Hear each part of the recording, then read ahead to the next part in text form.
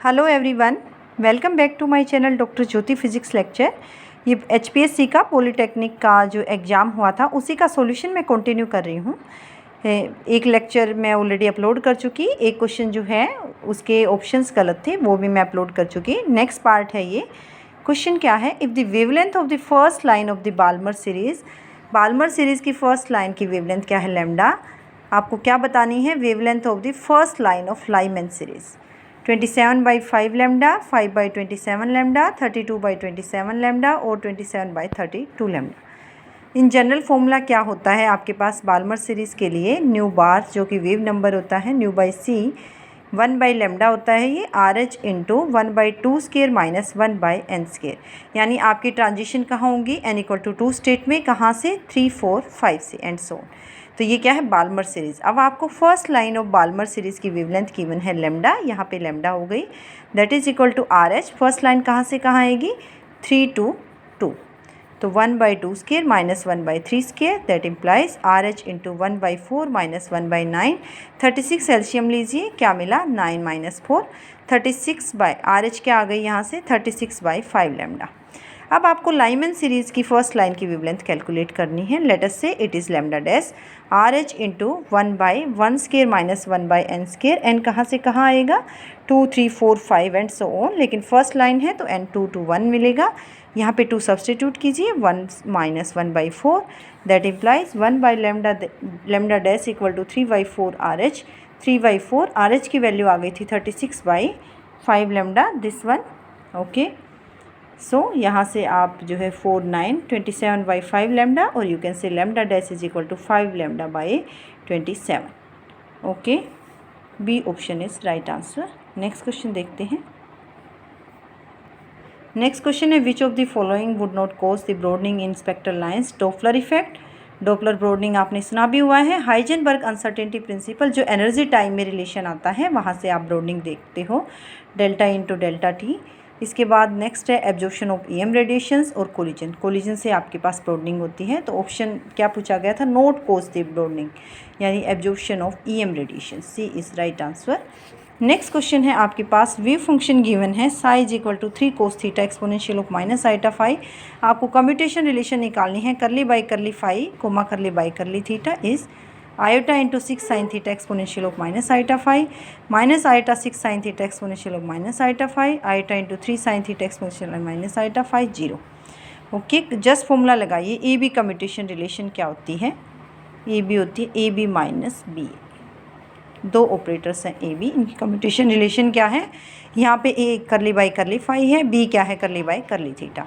ये मैंने डेफिनेशन लगा दी, ए बी यानी करली बाई करली फाई, करली बाई करली थीटा और Sai, minus B A curly by curly theta into curly by curly phi psi. यहाँ से आप अपना साई वेव फंक्शन गिवन है, इसका डेरिवेटिव लीजिए विद रिस्पेक्ट टू थीटा। ये तो 3 into exponential minus iota phi constant है, कोस थीटा का माइनस साइन थीटा, यानी माइनस साइन थीटा आ चुका। Okay, 3 sin theta exponential of minus iota phi. अब इसका फाई के रिस्पेक्ट में लीजिए, 3 cos theta as it is, इसका आएगा exponential minus iota phi into minus iota. Okay, यहाँ वैल्यू फर्स्ट इक्वेशन में सब्सटीट्यूट कीजिए, curly by curly phi.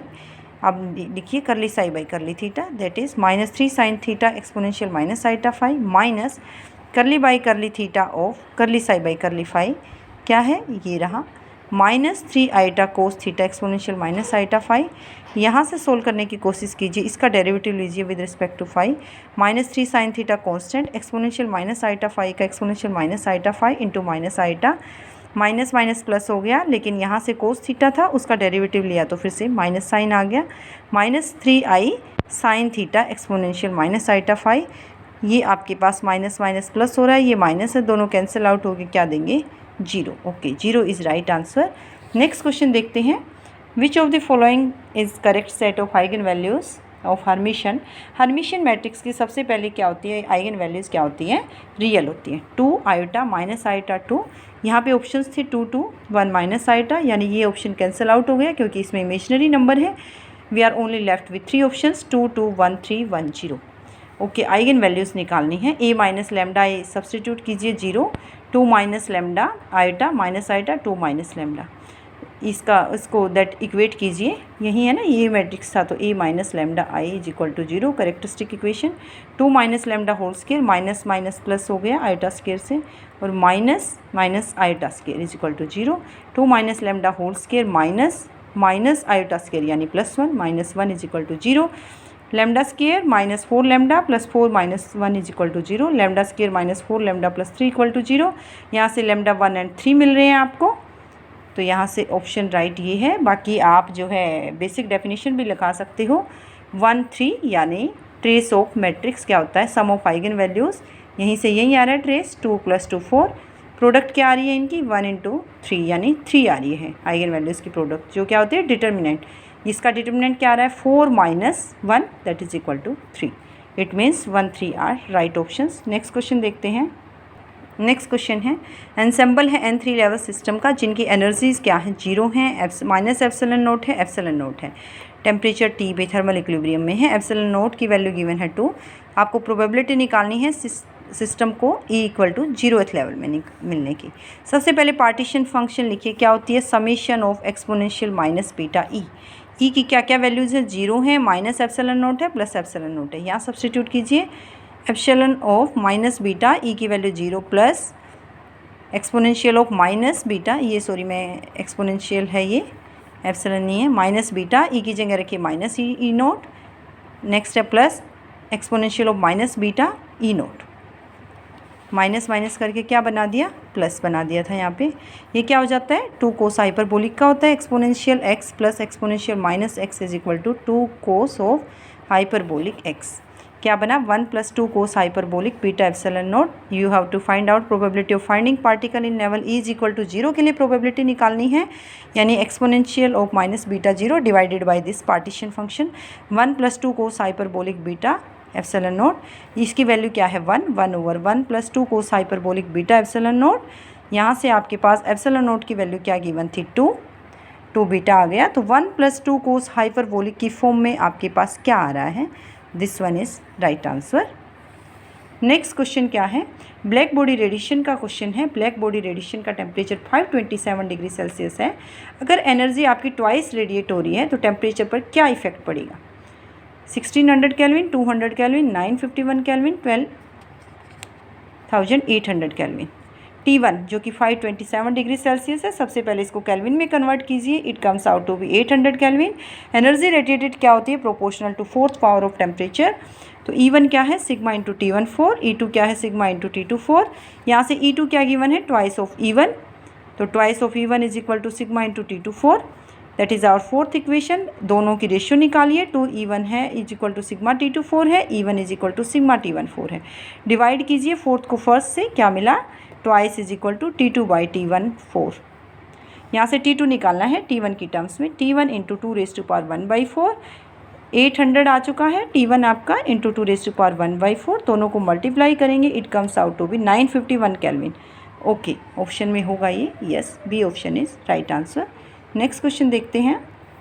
Next question है आपके पास पाश्चिन बैक इफेक्ट का, एटॉमिक फिजिक्स का क्वेश्चन है। Selection rule for Paschen back effect is delta of ml plus 2ms equal to 0 plus minus 1, delta of ml minus 2ms, delta of ml plus ms, delta of 2ml plus 2ms। हमें पता है ये क्या होता है, interaction energy wave number की terms में निकालते हैं तो ये आता है ml plus 2ms into L dash होता है लोरेंज यूनिट। तो सिलेक्शन रूल तो ये होता है, इन्होंने क्वेश्चन में थोड़ा सा फॉर्मेशन में मिस्टेक की है, delta ml is equal to 0 या डेल्टा ml प्लस माइनस 1। तो ये बेसिकली आपके पास यहाँ से फॉलो हो रहा है। ओके, नेक्स्ट क्वेश्चन है स्टार्क इफेक्ट में डेल्टा mj जो है 0 क्या देगा, सिग्मा कंपोनेंट मिलेंगे, पाई मिलेंगे, दोनों मिलेंगे, कोई नहीं मिलेगा। जब आपके पास डेल्टा mj 0 है तो सिग्मा कंपोनेंट मिलेंगे, लेकिन प्लस माइनस 1 है तो सॉरी डेल्टा mj 0 है तो पाई कंपोनेंट्स मिलेंगे, लेकिन प्लस माइनस 1 पे सिग्मा कंपोनेंट। आपसे पूछा क्या जा रहा है mj equal to 0, it means pi component. Second option is right answer. Next question है 23rd क्वेश्चन आपका। फर्स्ट स्टोक लाइन गिवन है रोटेशनल रमन स्पेक्ट्रा की, किस पे मिली है 12.96 सेंटीमीटर इनवर्स पे। रिजिड रोटेटर अप्रोक्सीमेशन आप कंसिडर कर रहे हो तो रोटेशनल कांस्टेंट क्या मिलेगा। ये 4 ऑप्शन है 6.48, 3.24, 2.16, 1.62 सेंटीमीटर। आपके पास जब रमन स्पेक्ट्रा मिलता है तो आप देखेंगे ये क्या होता है, फर्स्ट स्टोक लाइन 6B पे मिलती है, सेकेंड 10P पे मिलती है, इसी तरह से first anti stroke line 6B, फिर second anti stroke line 10B पे। तो कितनी हुई फर्स्ट स्ट्रोक लाइन 6B के इक्वल हुई, 6B के इक्वेट कीजिए इसको 12.96 पे, तो B क्या आ गया 2.16 सेंटीमीटर इनवर्स। नेक्स्ट क्या डिफरेंस है, 4B का डिफरेंस है। इसी तरह से फर्स्ट स्ट्रोक और एंटी स्ट्रोक में पूछ लिया जाए तो डिफरेंस क्या है, 6B + 6B 12B। Okay, next question है इसमें सॉलिड स्टेट फिजिक्स का क्वेश्चन है। DHKL रेशियोज आपको गिवन है, सिंपल क्यूबिक लैटिस है यानी ए साइड है। DHKL क्या होता है formula, A/√H² + K² + L²। D100 निकालिए, क्या आएगा A/1² + 0² + 0², A/√1। इसी तरह से D110 निकालिए, A/1² + 1² + 0², A/√2। D11 निकालिए, A/1 + 1 + 1 यानी 333। क्या रेशियो आई, A/√1, A/√2, A/√3। क्या रेशियो आ रही है, √6, √3, √2। तो ये आपके पास √6, √3, √2, C option is right answer. Next question देखते हैं। ये क्वेश्चन था आपके पास, मोबिलिटी निकालनी थी इलेक्ट्रॉन्स की कॉपर में, number of electrons per unit volume given थी, कंडक्टिविटी गिवन थी 6 × 10⁻⁷। ऑप्शंस थे 5 × 10⁻⁻3, 4 × 10⁻⁻3, 4.16 × 10⁻⁻3, 5.16 × 10⁻⁻3। ये दोनों बड़े क्लोज के ऑप्शन थे, आपने दोनों में से एक जरूर यहाँ पे मिस्टेक की होगी, या तो इसको किया होगा, लेकिन इसका जो करेक्ट ऑप्शन है 4.16। मैं सोल्व करके दिखा रही हूँ। जो मोबिलिटी क्या होती है, σ/Ne। ये क्या है, conductivity. n number of electrons per unit volume, E electron पर चार्ज है। सिग्मा क्या गिवन है, 6 × 10⁻⁷, यहाँ वैल्यू रखिए। n क्या है 9 × 10⁻28, E क्या है 1.6 × 10⁻⁻19, यहाँ रखिए 6 × 10⁻⁷ डिवाइडेड बाई 9 × 10⁻28 इंटू 1.6 × 10⁻⁻19, 1/2.4 × 10⁻⁻2 आ गया ये आपके पास। और यहाँ से क्या वैल्यू आ रही है, 0.416 × 10⁻⁻2, that is further equal to 4.16 × 10⁻⁻3। So this one is right answer. ध्यान से किया होगा, आई होप आप सब ने। नेक्स्ट क्वेश्चन क्या है, कैनोनिकल ट्रांसफॉर्मेशन पे क्वेश्चन है। जस्ट फॉर्मूला आपको पता होना चाहिए क्या होता है। P and Q position momentum variables हैं, तो आप इनको ट्रांसफॉर्म कर रहे हो कैपिटल P कैपिटल Q में। इनमें से कौन सी जो है कैनोनिकल ट्रांसफॉर्मेशन नहीं है, तो मैंने चारों को ही ट्राई किया है। क्या होना चाहिए, QP की कम्यूटेशन रिलेशन 1 होनी चाहिए, करली Q बाई करली पॉइसन ब्रैकेट सॉरी, करली Q बाई करली स्मॉल q, करली P by curly P minus curly Q by curly P, करली P बाई करली Q। तो करली Q बाई फर्स्ट के लिए देखिए, इसका डेरिवेटिव लीजिए विद रिस्पेक्ट टू Q में अल्फ़ा, इसका डेरिवेटिव लीजिए विद रिस्पेक्ट टू P में 1/α, माइनस इसका डेरिवेटिव P के रिस्पेक्ट में 0, इसका Q के रिस्पेक्ट में 0। तो क्या आ गया, 1 अल्फ़ा से अल्फ़ा कैंसिल आउट होके 1। इसी तरह से सेकंड ऑप्शन पे ये डेफिनेशन लगाइए पॉइसन ब्रैकेट की, करली Q बाई Q यानी alpha, curly P by P alpha, alpha into alpha minus curly Q by curly P यानी बीटा, इसी तरह से curly P by curly Q beta. तो alpha square minus beta square, और ये क्या होना चाहिए 1 होनी चाहिए। यही रिलेशन यहाँ पे फॉलो हो रही है। सी ऑप्शन है। सी में आपके पास मिस्टेक है, करली Q बाई Q यानी 0, करली P by curly P 0 minus curly Q by curly P 1, करली P by curly Q 1 minus 1 आ गया, लेकिन क्या होना चाहिए ये 1। इसका मतलब क्या है, कैनोनिकल ट्रांसफॉर्मेशन ये नहीं है। फोर्थ ऑप्शन भी मैंने चेक कर दिया है QP का, करली Q बाई करली Q क्या आ रही है 0, माइनस करली P का भी करली P के रिस्पेक्ट में 0 है, minus curly Q by curly P 1, करली P का करली Q के रिस्पेक्ट में -1, माइनस माइनस प्लस हो गया, it means it is canonical transformation. तो C option is right answer for this question. Next question देखते हैं। नेक्स्ट क्वेश्चन है आपका रिलेटिविटी पे। मूविंग पार्टिकल का मास क्या है, 2m0/√3 है। लीनियर मोमेंटम आपको बताना है 2m0c, 2m0/√3, m0c/√3 और m0c। m क्या गिवन है, जब पार्टिकल आपका रेस्ट पर ऑब्जर्वर के लिए तो m0 है, मूविंग है तो m है। m is equal to 2m0/√3। Linear momentum क्या होता है, मास इंटू वेलोसिटी। तो यहाँ से क्या आ रहा है, वेलोसिटी निकालिए। क्या गिवन थी इस रिलेशन से, m और m0 में क्या रिलेशन होती है, m is equal to m0 divided by √1 minus v² by c², that is equal to 2m0/√3। m0 से m0 कैंसिल आउट हो रहा है, दोनों साइड आप स्केयरिंग कीजिए। यहाँ से 1 माइनस v² बाई c² क्या आ रहा है, √3/2। दोनों साइड स्केयरिंग कीजिए, 1 minus v² by c² is equal to 3/4, v² by c² is equal to 1 minus 3/4, that is equal to 1/4। और यहाँ से v और c में क्या रिलेशन आ रहा है, v is equal to c/2। तो तो यही वेलोसिटी आ गई v equal to C by two. यहाँ मास इंटू वेलोसिटी लीजिए, linear momentum m into C by two. m क्या था 2m0 by root 3 into C by two. 2 से 2 कैंसिल आउट हो रहा है, m0 c by root 3। C option is right answer. Next question देखते हैं। Next question है, मैंने पहले भी बोला है आपके पास जो है पोटेंशियल वेल का क्वेश्चन हर एक एग्जाम में पूछा जाता है। 2 से 3 क्वेश्चन आते हैं, ये तो एनर्जी आइगन वैल्यूज़ पे आता है या आइगन स्टेट्स की डीजनरेसी पे आता है। तो पार्टिकल था जिसका मास m था, 3 डायमेंशनल बॉक्स में था, उसकी साइड्स क्या थी a 2a and 2a। Potential inside the box जो है 0 है और वॉल्स पे क्या बाकी आउटसाइड इनफाइनाइट है। तो फर्स्ट एक्साइटेड लेवल की एनर्जी निकालनी थी। आपके पास 4 ऑप्शंस थे, 3h²/4m², 3h²/16m², 9h²/32m², 17h²/32m²। तो एनर्जी क्या होती है in general, nx²/a² plus ny²/2a whole square plus nz²/2a whole square into π² h²/2m। 3 dimension में जब आपकी साइड्स इक्वल नहीं हैं, आपको जस्ट फर्स्ट एक्साइटेड स्टेट बताना है। सो ये मैंने सोल्व किया है। जनरल एनर्जी क्या है, nx²/a² plus ny²/2a² plus nz²/2a whole square π² h²/2m। π² h²/2m 1/a² common निकालो, क्या मिला, nx²/1 plus ny²/4 plus nz²/4। First excited state, ground state तो होता है तीनों ही 1 है। First excited minimum n equal to 1 से स्टार्ट होता है, तो 0 तो होने से रहा। अब आपके पास फर्स्ट एक्साइटेड स्टेट क्या होगा, 3 पॉसिबिलिटी है, 2 1 1 1 2 1 1 1 2। इन दोनों की तो आप रखोगे क्योंकि इन पर साइड क्या है 2a 2a है, तो दोनों की एनर्जी यहाँ से तो सेम मिलेगी वैल्यू दोनों के लिए। हमें ये डिफ्रेंशिएट करना है। ओके, दोनों ही केसेस में मैंने एनर्जी निकालने की कोशिश की है, तो क्या मिली, π² h²/2m²। यहाँ पे 2 यानी nx2 है तो 4 प्लस ny² यहाँ से 1 प्लस nz 1 था तो 1/4।